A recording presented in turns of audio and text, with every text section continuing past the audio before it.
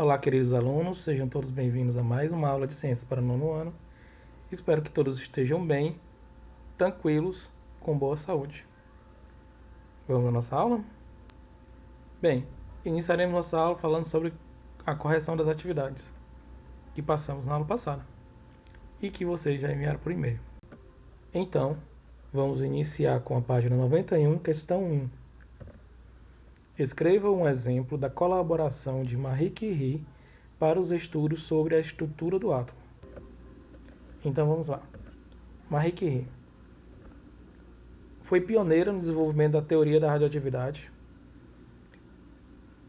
Com esse estudo, um outro cientista chamado Rutherford conseguiu desenvolver novos conhecimentos e descobriu os prótons. Marie Curie também descobriu outros elementos químicos, como o rádio, o polônio, e graças à descoberta desses dois elementos químicos radioativos, foi possível desenvolver o raio-x, que trabalhou com esses dois elementos ao invés de urânio. Mais para frente, ela recebeu uma homenagem póstuma e foi dado o nome dela a um elemento chamado curium. Então, a contribuição dela para a estrutura atômica foi através da teoria da radioatividade, inspirando Rutherford a descobrir o próton mais tarde. A questão 2. Como era o tratamento que Curie recebia de outros pesquisadores e da opinião pública? Por que vocês acham que isso ocorreu?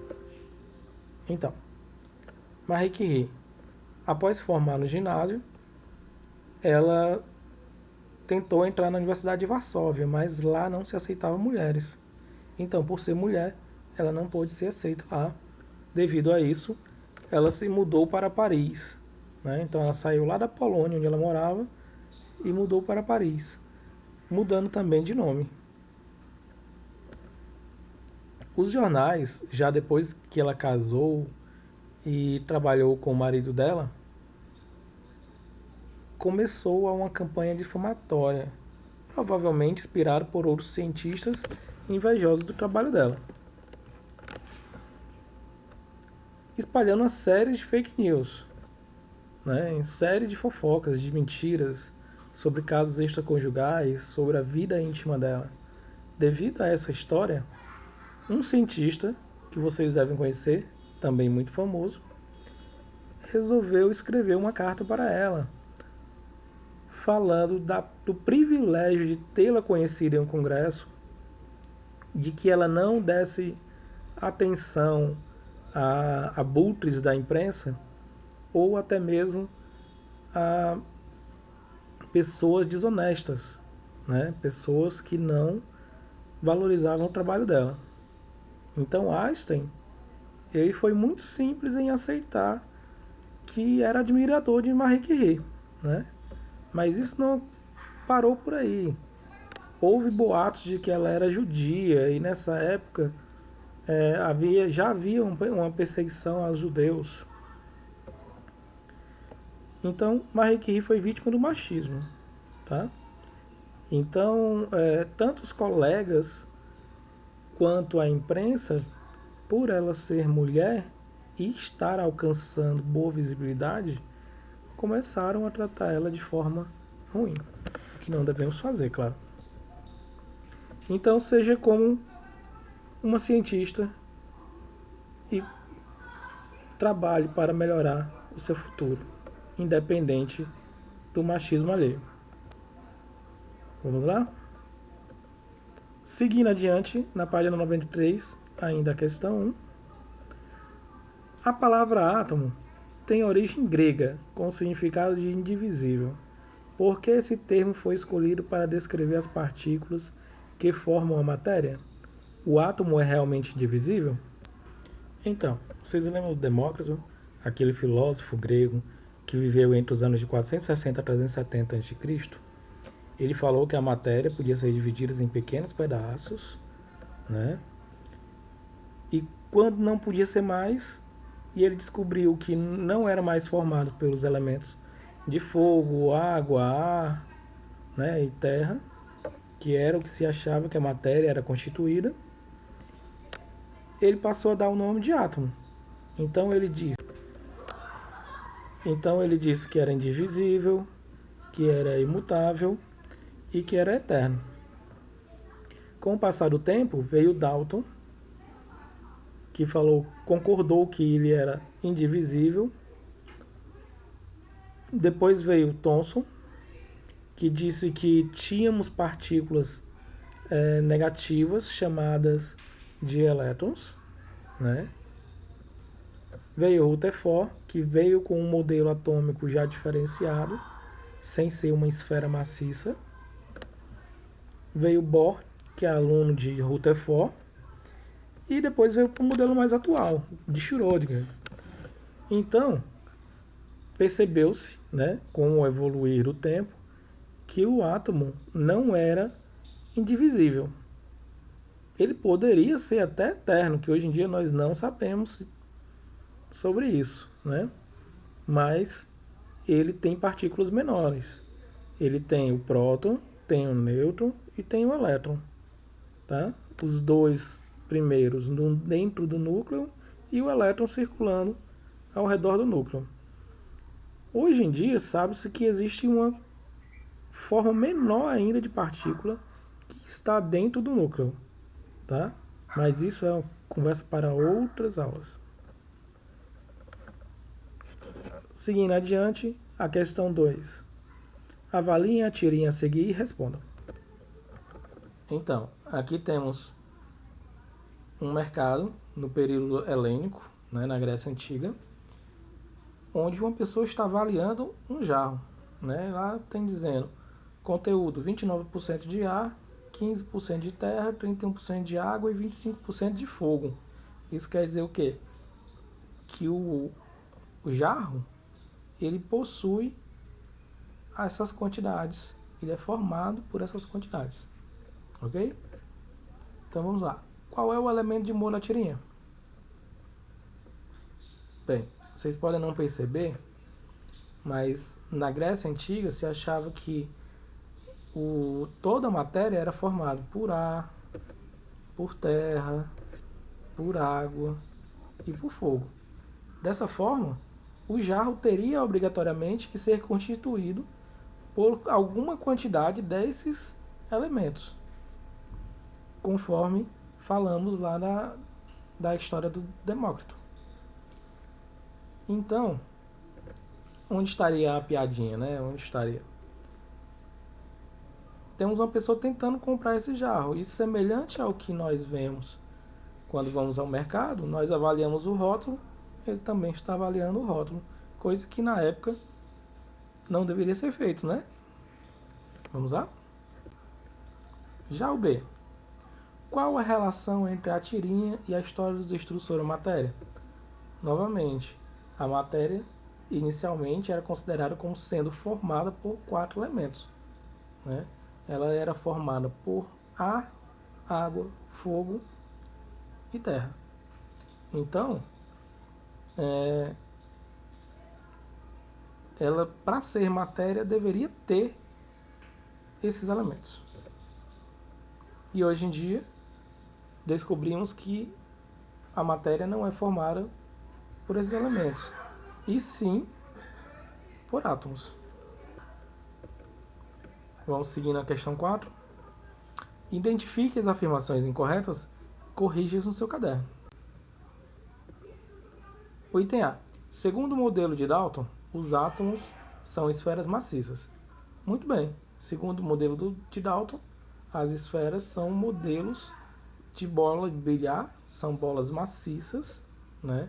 Isso em 1808 ele estabeleceu isso. Então, essa afirmativa está correta. Então, no item B, ele diz assim: a divisão da eletrosfera em camadas foi proposta por Thomson. Bem, Thomson tinha aquela ideia de pudim de passa, né? Onde nós tínhamos uma esfera maciça, positiva, com partículas negativas sobre ela. Quem resolveu quantizar esses elétrons em camadas foi Bohr, em 1913. Ele era aluno de Rutherford. Então, essa afirmativa está incorreta. Seguindo adiante, no item C, o próton foi a primeira partícula subatômica descoberta. Na verdade, a primeira partícula subatômica descoberta não foi o próton, foi o elétron em 1897 por Thomson. O próton foi descoberto mais à frente, em 1904, por Rutherford. E mais à frente, James Chadwick, ele descobriu o nêutron. E o átomo tem 3 partículas, uma positiva, uma negativa e uma nula, né? Prótons, elétrons e nêutrons. Então essa afirmativa está incorreta. Então, vamos ao item D. O modelo de Rutherford previa a existência de um núcleo com carga elétrica positiva e uma eletrosfera com carga elétrica negativa. Bem, a ideia de Rutherford era justamente isso. Nós tínhamos um núcleo central, onde tínhamos cargas positivas, e ao redor dele tínhamos elétrons, que são cargas negativas. Então essa alternativa está correta. Seguindo adiante, o item é: o modelo atômico de Thomson reconhecia a existência de elétrons e prótons. Nós já falamos que o modelo de Thomson era uma esfera maciça, carregada positivamente, com partículas carregadas negativamente sobre ela. Então, na verdade, Thomson não tinha a existência de prótons, ele tinha sim a existência de elétrons. Então, pessoal, nossas questões chegaram ao fim, espero que todos tenham acertado, né? E vamos seguir mais à frente com uma pequena revisão. Vamos falar sobre os modelos atômicos que vimos até agora. Bem, vamos falar então sobre Dalton, nosso primeiro modelo atômico, com exceção de Demócrito, que ele estabeleceu que o modelo atômico dele seria uma bola de bilhar, né? Que é a menor partícula da matéria, seria uma esfera maciça e indivisível, ela seria a menor e não poderia ser dividida. Todos os átomos iriam possuir massa igual, independente desse tipo de átomo. E dessa forma, eles seriam também neutros, tá? Eles não possuiriam carga. Mais à frente, Thomson estabeleceu um outro modelo, também inspirado em Dalton, tá? Mas dessa vez foi chamado de pudim de passas. Nesse modelo dele, eu tinha uma esfera maciça também, só que com carga positiva, e ela era incrustada por partículas negativas, tá? Então, essas partículas negativas eram distribuídas de forma igual sobre toda a superfície da esfera, de tal forma que a carga positiva seria igual à carga negativa, deixando o átomo parecido com o átomo de Dalton, eletricamente neutro. E ele seria divisível, diferente de Dalton.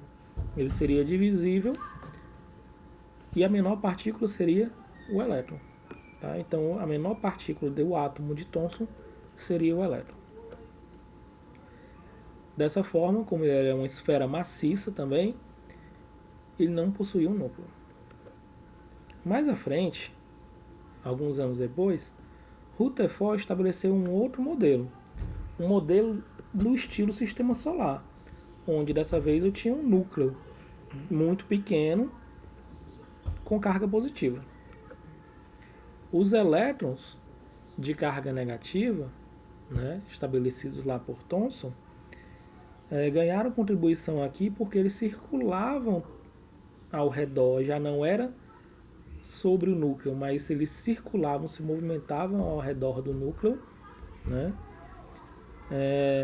Também em quantidades iguais, né? Então se eu tivesse 3 prótons, eu teria 3 elétrons também, para que o átomo fosse totalmente nulo, eletricamente nulo. Mais à frente, um aluno dele, chamado Bohr, ele modificou o modelo atômico do Rutherford, dessa forma já como um planeta, onde os elétrons eles não eram mais localizados de forma circular, eles eram de formato elíptico, eles se movimentavam como os planetas se movimentam ao redor do Sol. Os elétrons, então, eles tinham uma órbita circular mais um pouco achatada, tá? Sempre ao redor do núcleo, sem perder energia. Dessa forma, eles estariam sempre em movimento. Cada órbita teria um nível, ela comporia um nível desse átomo. E cada nível teria uma quantidade específica de elétrons. Mais à frente, já chegamos no modelo mais atual, temos a nuvem eletrônica de Schrödinger. Né? Schrödinger, ele disse que os elétrons não estariam localizados, não seria possível localizar um elétron, então ele estaria todo ao redor distribuído de forma direta e sem localização específica. Tá? Então nós teríamos uma nuvem em vez de órbitas.